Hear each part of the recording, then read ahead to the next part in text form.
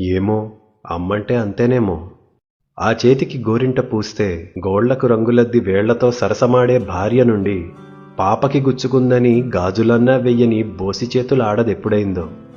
పడుచుకళ్ల చూపులు పొడిచేస్తుంటే సిగ్గుతో సర్దుకుని మురిసిపోయే కుర్రది పరాయి మగవాళ్ల మధ్య పట్టించుకోకుండా కొంగుని కప్పి ఆకలి తీర్చే తల్లెప్పుడైందో.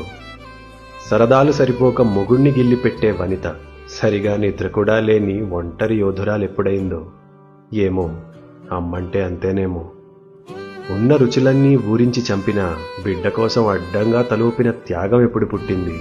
తన పేగు అంచున వేలాడిన ప్రాణం కోసం తొలి ఏడుపు విన్న క్షణమే ఆడది చనిపోయి అమ్మెలా పుట్టింది. అన్నిటికీ అమ్మనే అవసరం మారి ఆమెకేమొచ్చనే రోజొచ్చినా మౌనంగా దుఃఖాన్ని దిగమింగి చిరునవ్వు చిందించే ఓర్పెక్కడిదో.